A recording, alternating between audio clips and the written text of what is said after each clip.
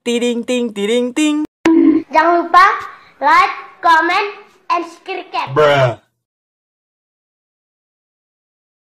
Film diawali dengan perlihatkan seorang pria tua bernama John Kramer, kita panggil saja John, yang baru saja selesai melakukan pemeriksaan terhadap kanker otak yang dideritanya. I don't suppose you can tell me.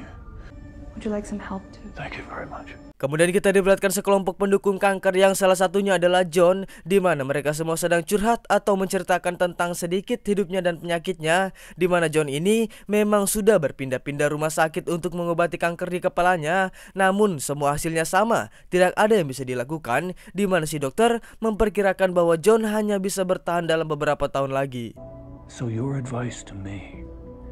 Di saat John sedang ingin mencuci tangan, ia tidak sengaja melihat seorang petugas bersih-bersih yang sedang akan mencuri, yang ketika si petugas akan mengambil sebuah jam tangan, tiba-tiba ya, dia sudah berada di sebuah kursi eksekusi dengan dipasangkan alat penghisap di matanya, di mana dia diberi sebuah permainan agar dia bisa tetap hidup dan menyelamatkan matanya, yaitu dengan cara mengklik tombolnya sampai ke nomor 6, akan tetapi setiap nomornya akan mematahkan satu-satu jarinya. Karena ia tidak bisa menahan rasa sakitnya, dia pun tidak bisa melakukannya sehingga ya, ternyata semua itu hanyalah hayalan John semata yang tidak suka melihat seseorang berbuat buruk, sehingga si petugas yang merasakan keberadaan John, dia pun mengurungkan niatnya untuk mencuri. Good choice.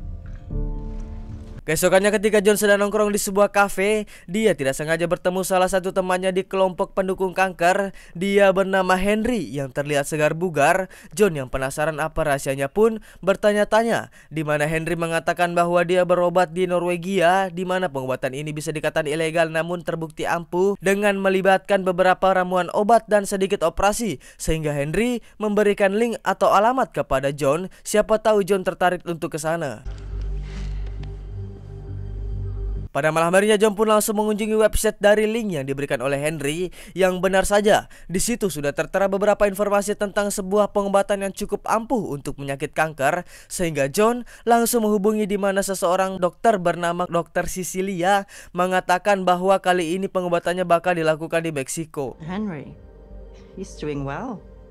Singkat cerita, John pun sudah tiba di Meksiko, di mana di situ sudah ada taksi kiriman dari Dr. Cecilia. Dia bernama Diego yang disewa oleh Dr. Cecilia untuk menjemput si John. Sesampainya di sebuah pedesaan, tiba-tiba saja John dihadang oleh dua orang misterius yang dikiranya perampok. Ternyata itu orang suruhan dari Dr. Cecilia untuk menjemput John untuk menjaga privasi, dan memang pengobatan ini sangat ilegal. Good luck. Sesampainya di sana, dia bertemu seorang wanita bernama Gabriela yang menyambutnya masuk, dan John pun bertemu dengan Dr. Cecilia, di mana si dokter ini langsung mengajak John untuk ke tempat kerjanya.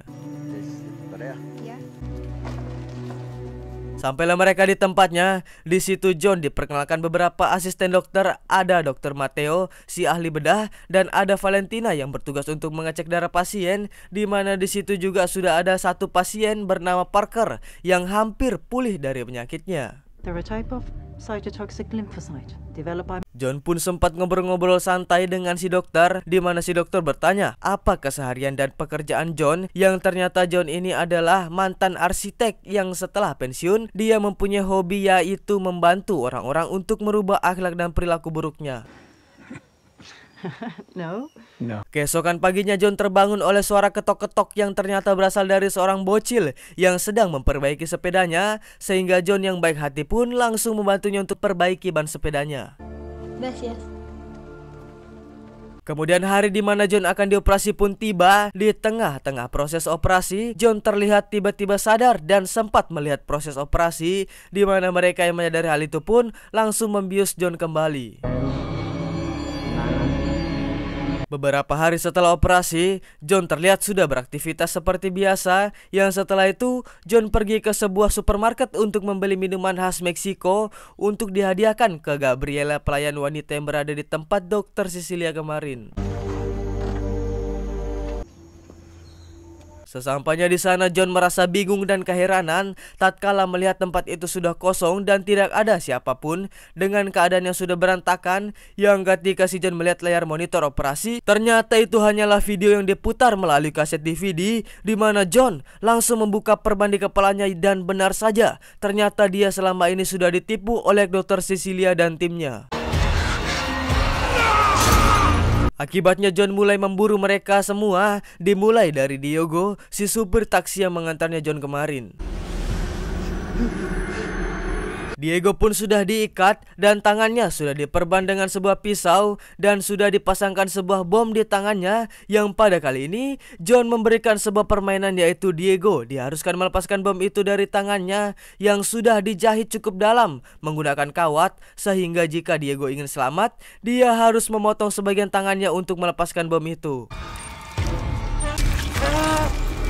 Walaupun ngilu dan sangat sakit, Diego berhasil melepaskan bom itu dari tangannya. John yang melihat bahwa Diego masih mempunyai semangat hidup pun langsung bergegas menyelamatkannya. Setelah itu kita diperlihatkan Valentina yang ternyata seorang wanita penghibur, yang pada saat itu dia sedang dipaksa oleh seorang pria yang ingin mencicipinya tapi tidak mau bayar. Akan tetapi tiba-tiba datanglah seseorang misterius dan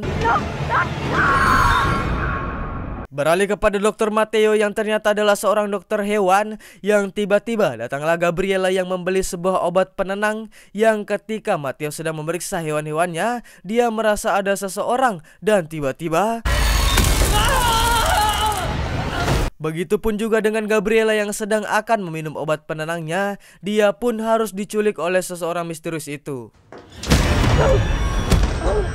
Beralih ke kediamannya Dr. Cecilia yang sudah banyak sekali menipu orang dengan cara liciknya, yang pada saat itu dia mendengar suara aneh di rumahnya, yang ketika dia mengecek CCTV di rumahnya, dia melihat seseorang di atas dan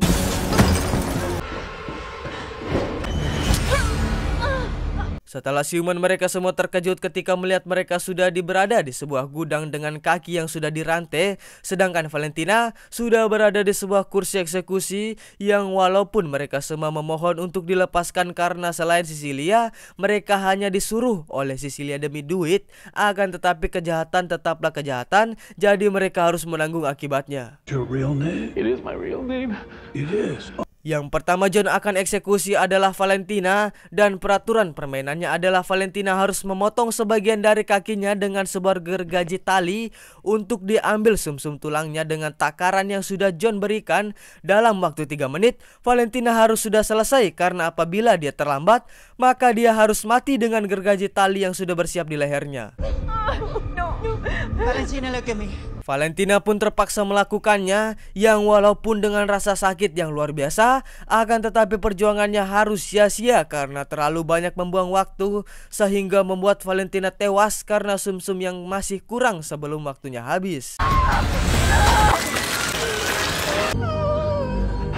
Setelah itu asisten John yang bernama Amanda ini mencoba meyakinkan John apakah John masih akan melanjutkan eksekusi ini karena menurutnya berlebihan. Akan tetapi John yang masih tetap pada pendiriannya pun akan tetap melanjutkannya, yang sementara itu Cecilia berhasil menggapai ponselnya, sehingga dengan kesempatan itu dia pun menelpon seseorang, akan tetapi aksinya harus ketahuan oleh Amanda.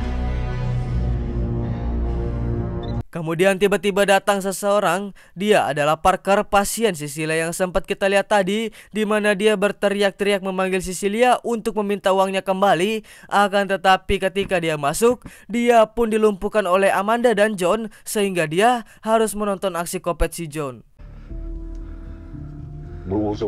Setelah itu giliran Matteo yang akan dieksekusi, di mana dia diberikan sebuah permainan yang makin menyakitkan, di mana dia diharuskan untuk membuka sedikit bagian kepalanya agar si Matteo bisa mengambil beberapa bagian dari otaknya sesuai dengan takaran diberikan oleh John. Karena kepanikannya, Matteo pun tidak memenuhi syarat takaran sebelum waktunya habis, sehingga dia lagi-lagi harus tewas ketika mukanya dijepit oleh sebuah topeng khusus yang akan menyiksa wajah Matteo dengan sebuah besi panas di dalamnya, sehingga Matteo akan mati dengan perlahan dengan cara yang menyakitkan. Kemudian tibalah giliran Gabriela. Dia mendapat sebuah permainan di mana dia akan dihadapkan di depan sinar UV yang bertekanan tinggi dengan posisi tergantung dan salah satu tangan kakinya terikat, sehingga dia harus menghancurkan tangan dan kakinya agar bisa lepas dari situ dengan sebuah palu yang sudah diberikan oleh John. Tidak disangka Gabriela pun berhasil terlepas sebelum wajahnya meleleh terkena sinar UV yang ketika John dan Amanda akan menyelamatkannya, tiba-tiba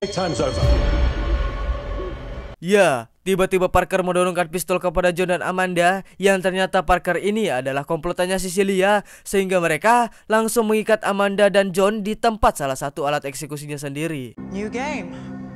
It's called We Live. Merasa tidak puas, Cecilia memanggil anak kecil yang John bantu kemarin dan memasangnya dengan John di sebuah alat eksekusi, di mana John dan si anak itu harus menerima akibat dari perbuatan John itu sendiri dengan air keran darah yang terus mengalir di wajahnya. Akan tetapi alat itu mempunyai tuas yang apabila salah satu dari mereka menariknya, maka keran darah di salah satunya akan berhenti, sehingga John yang kasihan terhadap si bocil pun mengorbankan dirinya dengan menarik tuasnya agar si anak itu tidak tersiksa.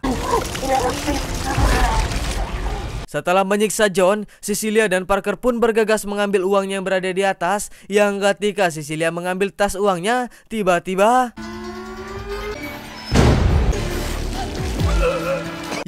ternyata itu hanyalah sebuah jebakan yang sudah dipasangkan oleh John, di mana John sudah menyusun semuanya dari Cecilia yang menghubungi Parker dan pistolnya yang sudah dikeluarkan bubuk pelurunya, sehingga Cecilia dan Parker harus terjebak di dalam ruangan itu yang sudah dirancang oleh John agar mengeluarkan asap racun yang akan membakar kulit mereka dalam waktu hitungan menit, dan John hanya memberikan satu lubang saja, itu pun hanya muat untuk kepala saja, sehingga mereka merebutkan lubang itu.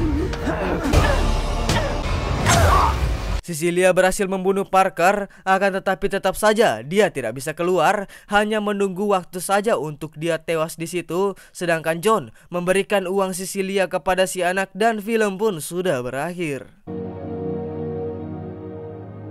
Mungkin menurut sebagian dari kalian John ini adalah seorang psikopat, tapi kalau dipikir-pikir tindakan yang dilakukan John ini tuh sebenarnya baik karena dia ingin menyadarkan para orang-orang jahat yang suka menipu, apalagi yang suka mencuri duit rakyat, atau mungkin hukuman kayak gini cocoknya buat para koruptor di sana. Loh, nah saya Gimas Pandu undur diri. Assalamualaikum warahmatullahi wabarakatuh. See you next video guys ya. Tuh bom apa tuh? Bom puyuh.